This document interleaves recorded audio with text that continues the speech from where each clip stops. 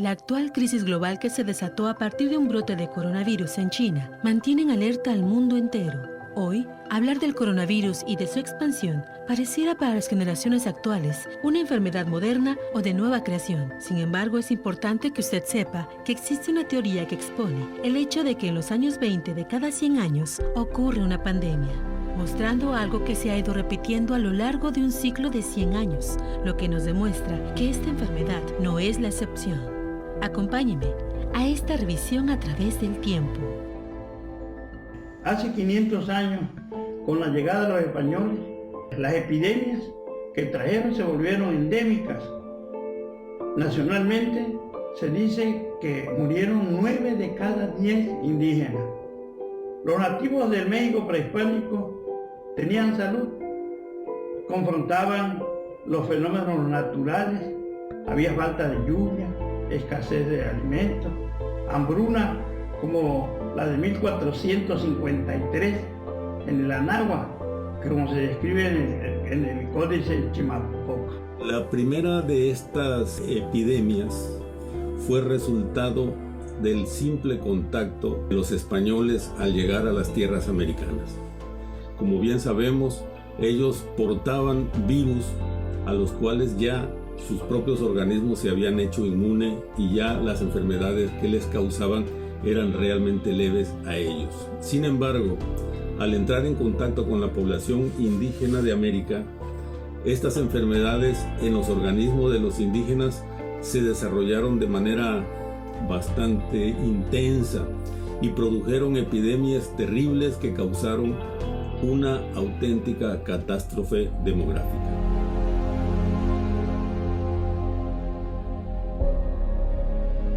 El estancamiento económico, el aislamiento político y comercial durante la colonia y parte del siglo XIX impidieron la existencia de hospitales en Tabasco. Si revisamos nuestra historia, de 1804 a 1850, las enfermedades endémicas, en particular el paludismo, la fiebre amarilla, parasitosis intestinales, sarampión y cólera, causaron grandes estragos en los individuos, las familias y las comunidades, haciendo que fuera necesario habilitar las haciendas, los ranchos y edificios públicos para prestar atención a los enfermos. El efecto de la mortandad en las diferentes regiones del país fue o tuvo características diferentes. Por ejemplo, en el altiplano central, en altitudes que varían entre los 1500 y 2000 metros, la mortandad fue 7 veces menor que la ocurrida en las zonas costeras, donde justamente se ubica el estado de Tabasco. ¿Cuáles fueron estas enfermedades? En primer lugar, habría que hablar de la viruela. En segundo lugar, el sarampión y quizá en un tercer lugar, la gripe o la influenza. En 300 años de la conquista española, en los siglos XVI, XVII y XVIII, se carecía de hospitales y médicos en Tabasco. Era tan así que el 21 de marzo de 1774 muere aquí el obispo de Yucatán, Diego de Peredo, por falta de atención médica y por una enfermedad. No se dice cuál, pero se cree que fue alguna enfermedad endémica arropada por el pantano. Ya en el siglo XIX, en las Cortes de Cádiz, en 1811, José Eduardo de Cárdenas menciona que en Tabasco no había ningún hospital. Los estragos de las epidemias, las pandemias, pueden entenderse con estos datos simples. En el siglo XIX, en 1833, se enfrentó Tabasco a la epidemia del cólera morbus. Dicen que murieron 4.020 personas, 2.500 en esta capital. En el siglo XIX, en 1918, llega la influenza española. Pepe el Bulnes, el primer cronista de la ciudad de Villahermosa, dice que hubo 7.000 muertos en Tabasco. El investigador tabasqueño Ciprián Aurelio Cabrera Bernat ha hecho estudios demográficos importantes entre cuyos resultados destaca el haber determinado que la población en 1523 en Tabasco era de 160,000 habitantes y que 26 años después la población se había reducido a 14,800 habitantes, es decir, había sufrido una reducción del 92% de la población. Fue hasta 1847 que existió en Villahermosa un hospital provisional, fundado por las tropas invasoras. Los recuerdos del sanatorio Uchimán y del doctor José Manuel Mayán Victoria me llegan de 1967, cuando con los líderes estudiantiles lo visitábamos en su sanatorio. Él era el intermediario entre el gobierno de Manuel R. Mora y los estudiantes. Recuerdo esos grandes frascos llenos de tumores que el doctor extirpaba de sus pacientes. La mayoría se salvaban. Se dice que el doctor Mayán realizó más de 5,000 intervenciones quirúrgicas. El sanatorio se inauguró en 1930 y se cerró en 1979, en que el doctor Mayán Victoria falleció. Pero ni el doctor ni el sanatorio enfrentaron una pandemia como la que estamos sufriendo ahora. Con el descubrimiento de los vestigios arqueológicos de la cultura olmeca en la Venta, Tabasco, y en honor a la célebre escultura del Juchimán, adquiere este nombre. Sin embargo, la gente lo conoció con el nombre de su propietario, hasta su clausura en el mes de abril de 1979, a la muerte del doctor José Manuel Mayán Victoria. En 1918, 12 años antes de que se inaugurara el Sanatorio Mayán, fue cuando hubo la influenza española en Tabasco. Los médicos de entonces que menciona el cronista de la ciudad, Pepe Bulnes, son Maximiliano Dorante, Lorenzo Brindis, Adelfo Aguirre, que entonces era el encargado como jefe de salubridad de Tabasco. Esta fue la primera unidad médica privada a la que se hace referencia, por lo que presumiblemente es la primera en el estado de Tabasco.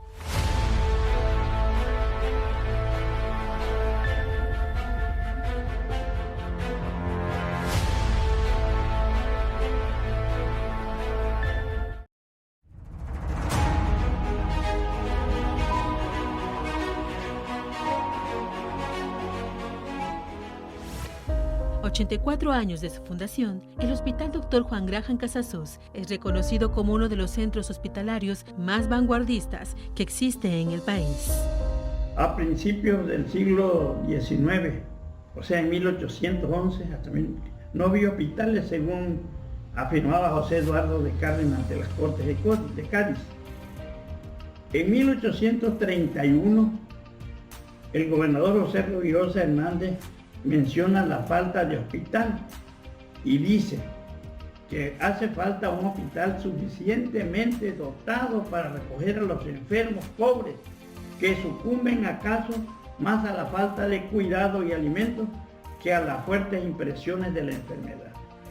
En el propio siglo XIX, en 1833, cuando llega el cólera, los médicos que atendían en los servicios médicos que habían entonces era el doctor Francisco Jesús Corroy y el gobernador Manuel Huerta.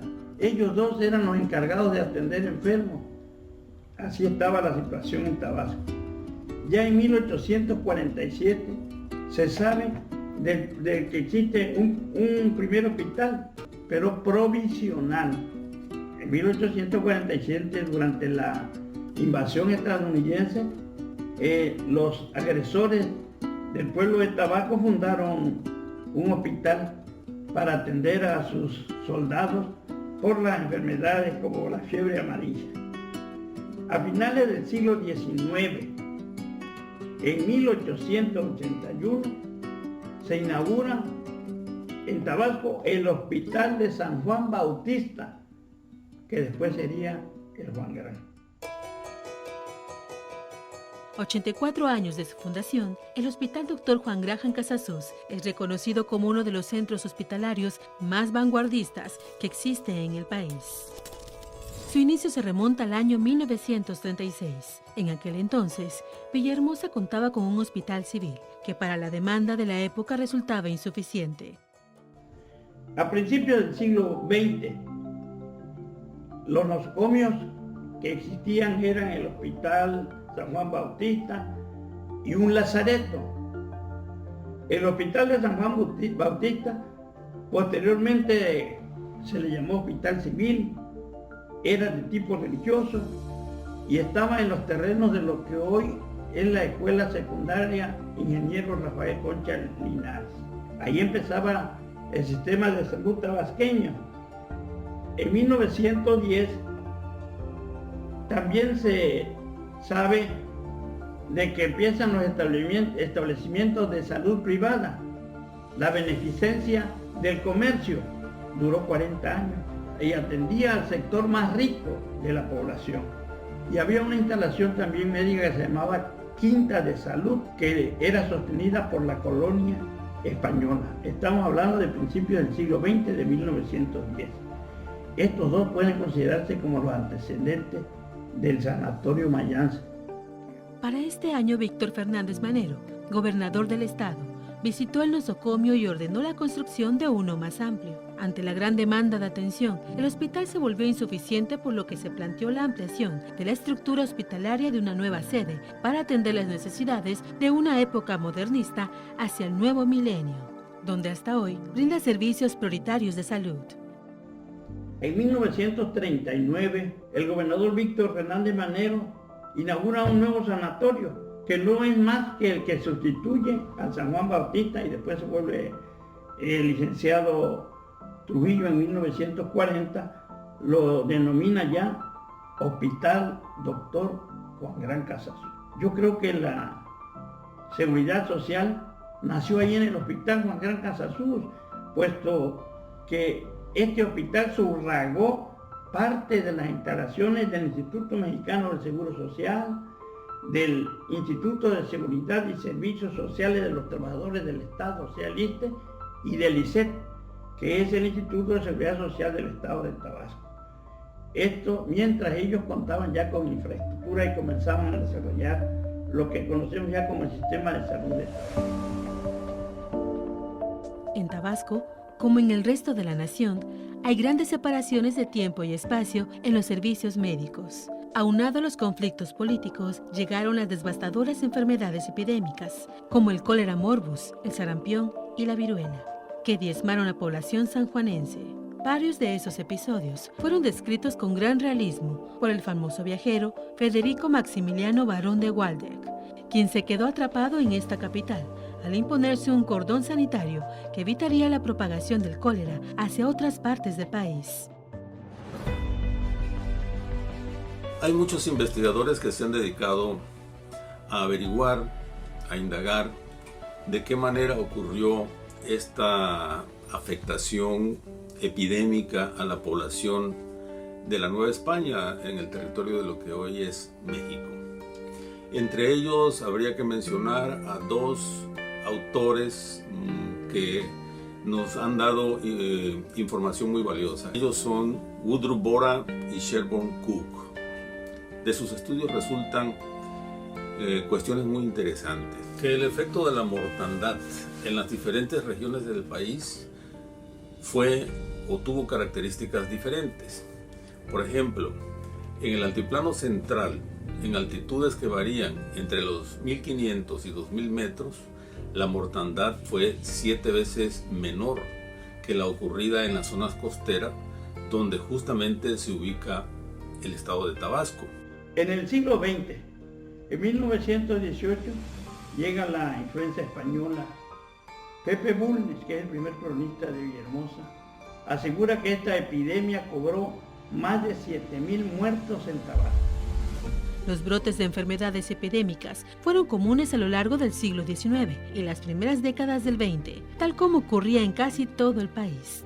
Las más comunes fueron el cólera, viruela, fiebre amarilla o vómito negro, sarampión, además de paludismo, sarna, tiña, problemas gastrointestinales, diarrea, vómitos, parásitos, disentería y respiratorios, gripe, croup, influenza, tuberculosis, entre otras.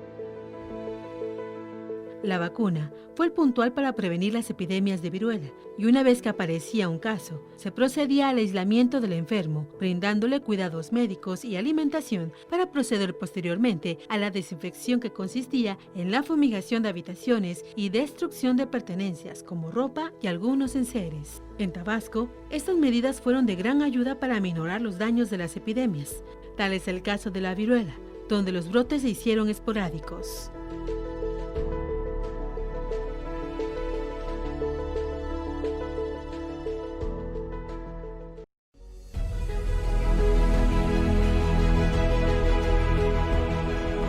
Estas fueron quizá las medidas preventivas más relevantes que se hayan tomado en el siglo XIX en Tabasco para minorar los efectos en la entidad.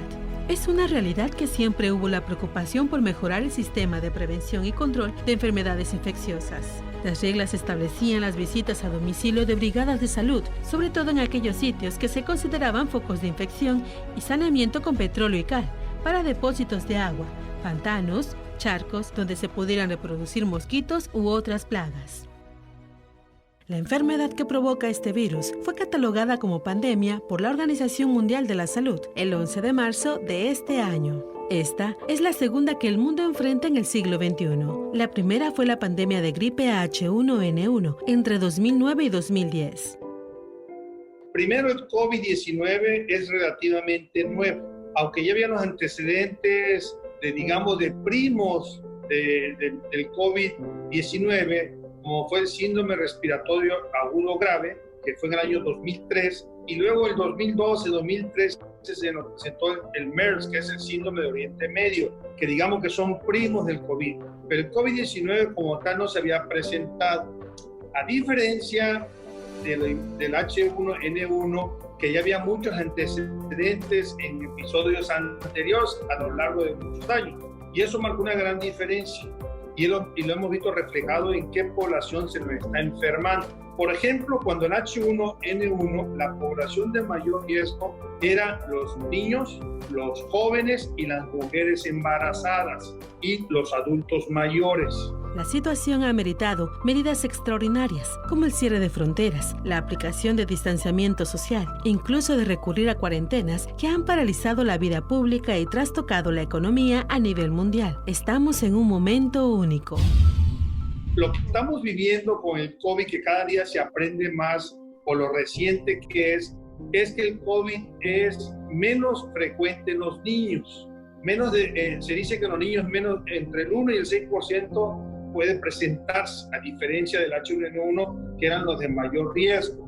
¿Por qué esta diferencia? ¿Por qué a unos sí era más peligroso en los adultos y por qué en otros no? En el H1N1, los adultos mayores no eran de riesgo porque a lo largo de su vida ya habían estado en contacto con el virus del H1N1 o similar al H1N1. Y eso fue produciendo una inmunidad, es decir, nos fuimos protegiendo. A diferencia del COVID, que es relativamente nuevo y el cuerpo no se ha podido producir anticuerpos o inmunidad de ese virus. Eso es una diferencia importante.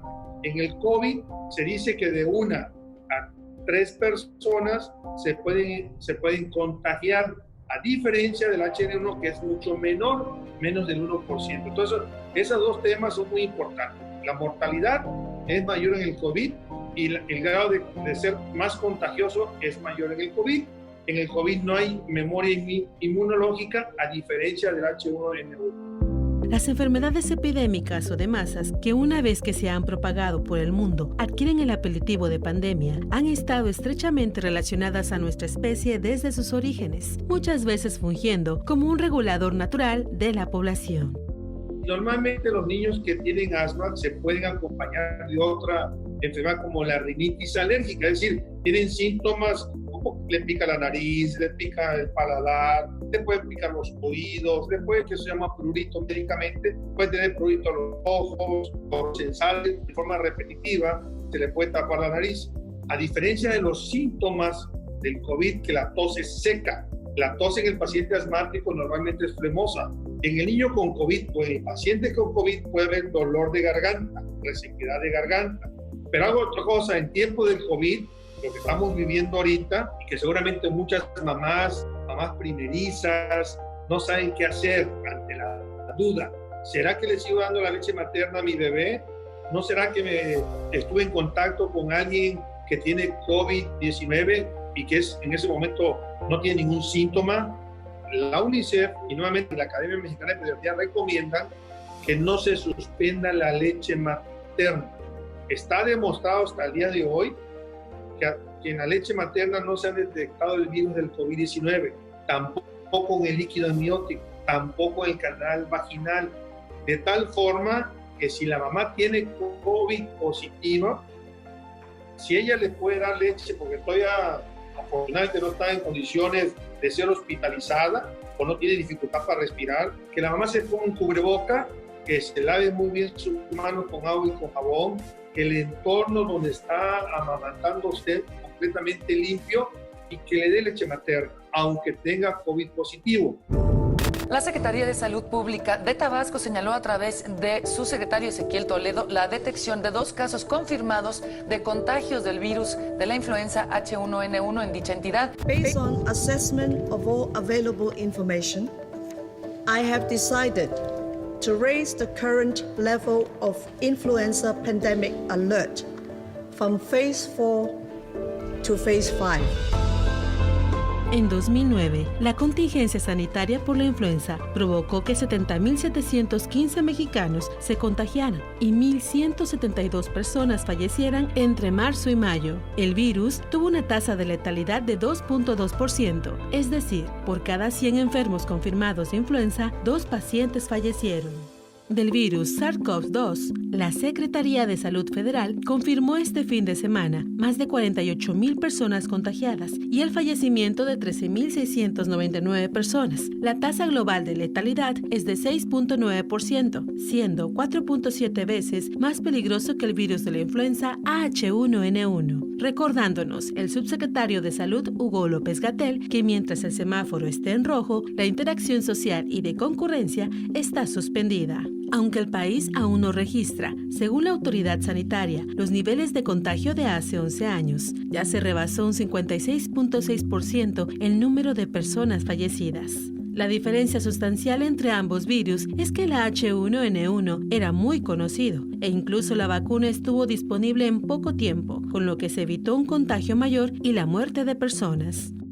Cuando se presentó el H1N1 en el 2009, ya se contaba con un medicamento, que es el que ustedes recordarán, el famoso Tamiflu. Desde el 99 ya estaba y se empezó a utilizar en estos pacientes con H1N1 y la mejoría fue muy significativa.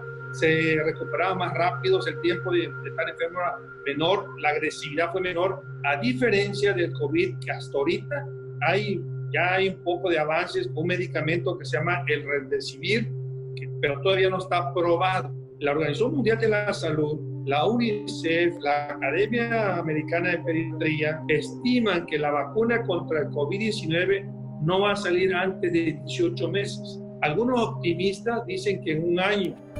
La llamada ola epidémica por la influenza inició el 11 de marzo de 2009 y 4 meses después, el 9 de julio, aún no habían dejado de aparecer nuevos casos, a pesar de que ya se contaba con una vacuna. Fue hasta el 10 de agosto de 2011 que la Organización Mundial de la Salud declaró el fin de la pandemia.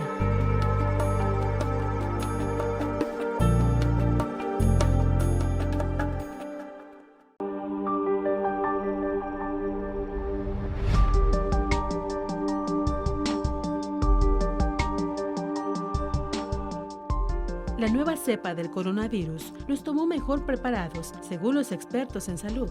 En el 2011, las autoridades sanitarias de nuestro país aplicaron medidas drásticas que afectaron la economía. Hubo presiones del sector empresarial, sobre todo el dedicado al turismo, y cuando se vio que el virus tenía baja letalidad y era controlable, se relajaron las medidas, aunque hubo repuntes de contagios. El 18 de marzo de este año se confirmaba el primer caso aquí en Tabasco. una mujer que había visitado Europa siendo identificada mediante un filtro de inspección. Los síntomas que presentaba: un fuerte cuadro gripal, momento en que se le recomendó resguardo y aislamiento total.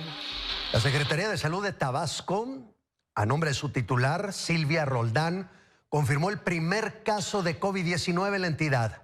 Provenía de un vuelo originario de Europa. La paciente es una mujer, 61 años, se encuentra en su casa en aislamiento debido a que no es un caso grave. Sin embargo, la dependencia estatal evitó dar más detalles sobre la mujer. El caso fue detectado en los protocolos instalados en los aeropuertos de la ciudad de Villahermosa. El 7 de junio, las autoridades de salud en el estado cuantifican sobre la situación que guarda la pandemia del COVID-19 en Tabasco, existiendo hasta la fecha 5.474 casos confirmados en las últimas 24 horas, 139 casos positivos y más de 600 defunciones. Destaca la tasa de mortalidad del nuevo coronavirus en pacientes con enfermedades asociadas o comorbilidades tales como hipertensión arterial, obesidad, insuficiencia renal, problemas cardíacos o pulmonares, diabetes o cáncer, teniendo más probabilidades de presentar cuadros graves. La comorbilidad en la presencia de diferentes enfermedades que acompañan a modo de satélite a una enfermedad protagonista aguda o crónica, que es el objeto principal de la atención. Tanto este nuevo virus como la enfermedad que provoca eran totalmente desconocidos antes de que estallara el brote en Wuhan, China, a mediados de diciembre de 2019. Los menos frecuentes que afectaron a algunos pacientes: dolores y molestias, congestión nasal, dolor de cabeza, conjuntivitis, dolor de garganta, diarrea, pérdida del gusto o el olfato, síntomas leves que comenzaron de una forma gradual o donde personas infectadas solo presentaron síntomas muy leves.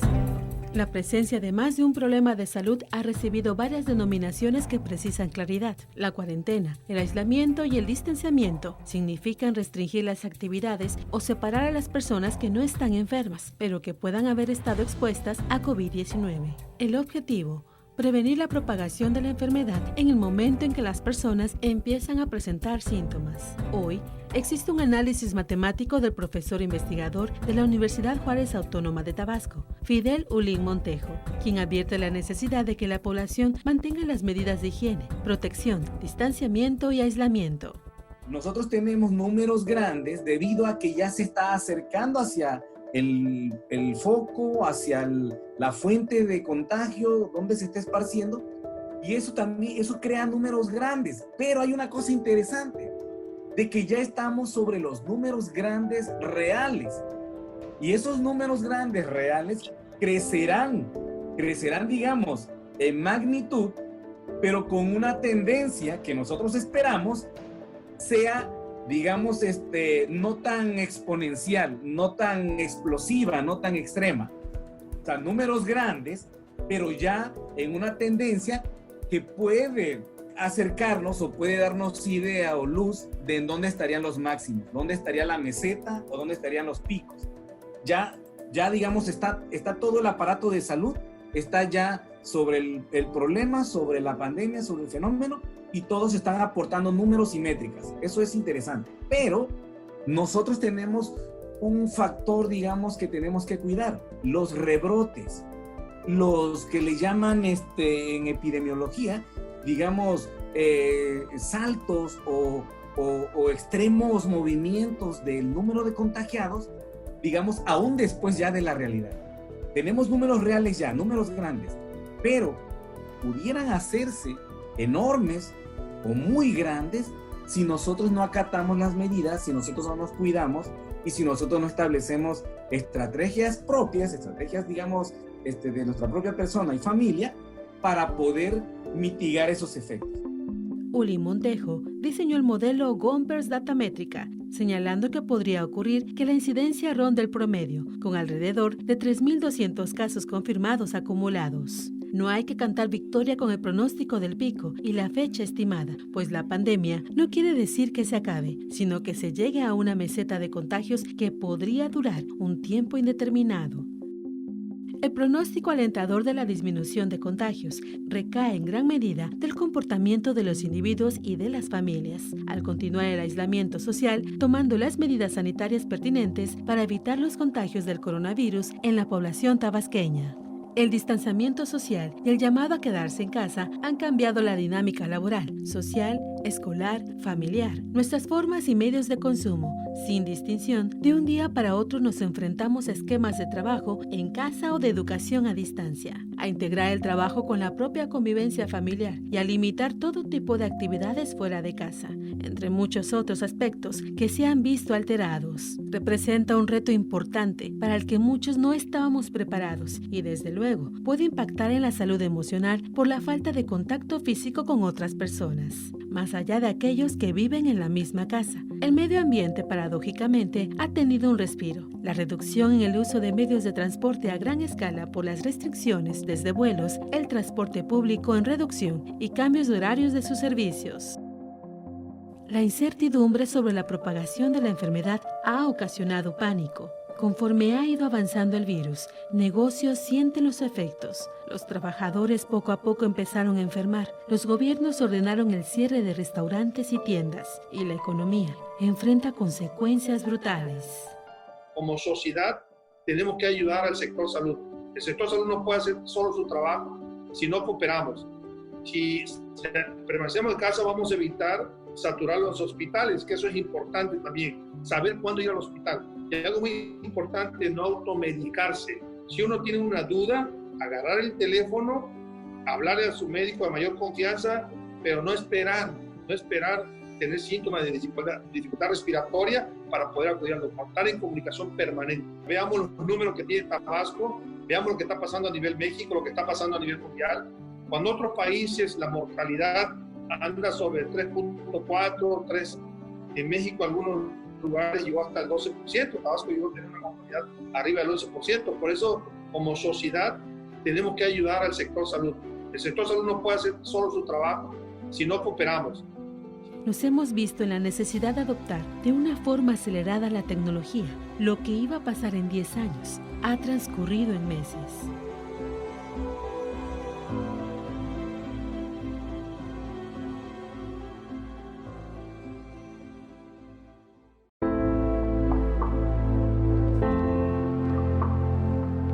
Una nueva era de incertidumbre y pánico desciende sobre nosotros, sin saber cuándo terminará todo esto y cómo será la vida cuando todo esto pase. Viajeros, deportistas, arrendadores, los efectos del COVID se sienten. Se cerraron escuelas, universidades, se cancelaron conferencias, festivales. Los negocios han pasado a trabajar desde casa. Compradores y multitudes, no en su mayoría han permanecido en casa. Quiebres de negocios, economía digital, trabajo remoto, desarrolladores web, eventos deportivos, nuestra cadena de suministro y logística, menos dinero físico y más dinero digital, llevará a que la gente se bancarice.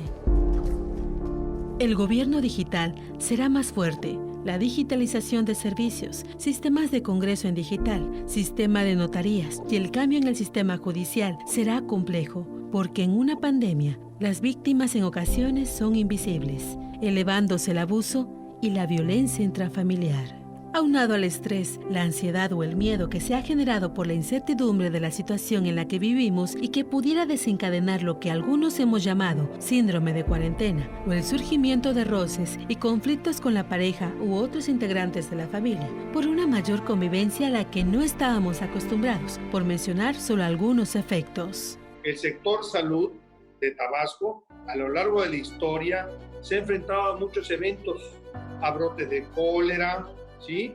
A la inundación del 2007, a lo de la influenza H1N1 en el 2009, y siempre ha salido adelante porque el personal que conforma a la Secretaría de Salud y al sector salud es un personal altamente calificado, de tal forma que hay que tener confianza, hay que seguir las indicaciones que la Secretaría de Salud nos dice todos los días a través de la titular, que permanezcamos en casa, que la única forma es estar en casa.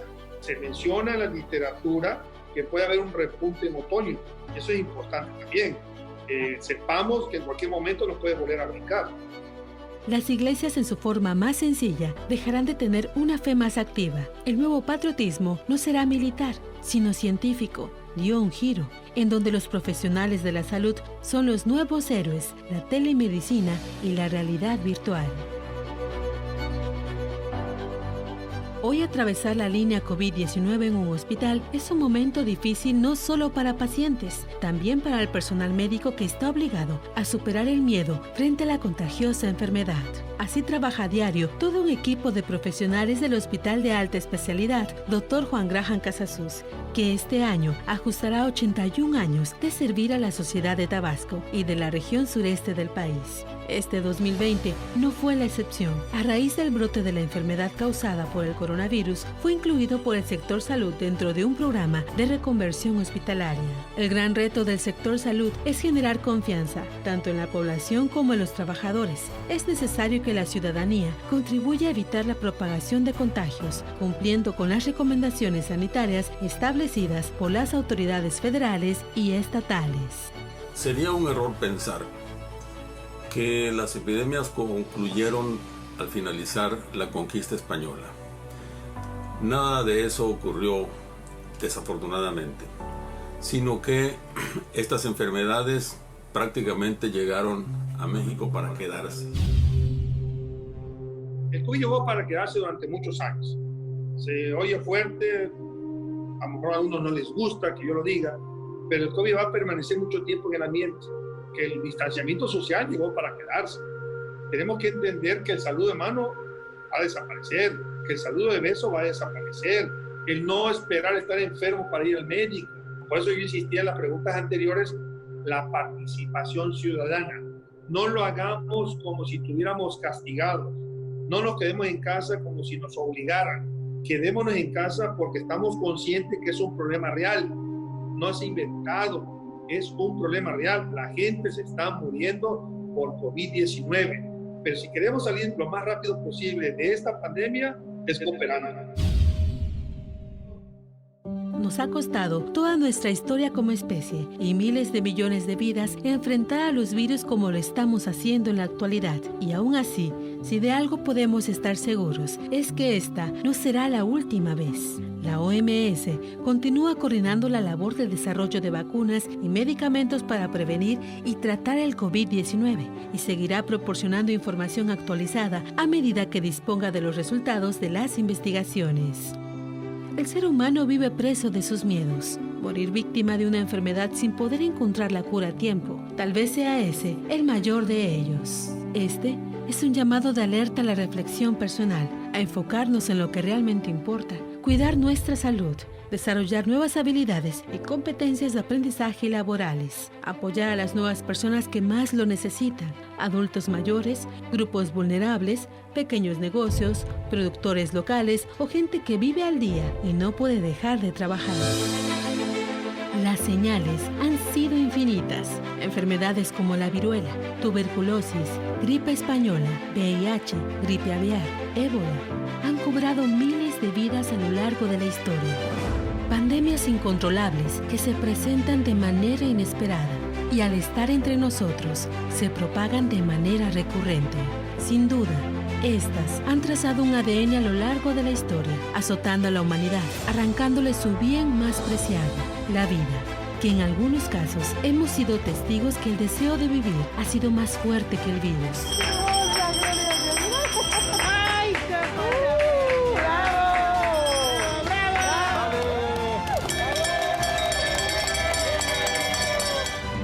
La infección por COVID-19 ha afectado a 93 países, con más de 100.000 casos y muertes. Su comportamiento epidémico preocupa a nivel internacional. Se ha generado un incremento en la evidencia científica con respecto a esta enfermedad, aún con muchas interrogantes que responder. Al no contar en este momento con un tratamiento específico, se debe continuar con las medidas de prevención y control recomendadas por la Organización Mundial de la Salud. Quizás esta situación nos esté queriendo decir algo que se ha ido repitiendo y que es necesario cambiar para nuestra evolución, por lo que es necesario buscar nuestro reflejo en el pasado.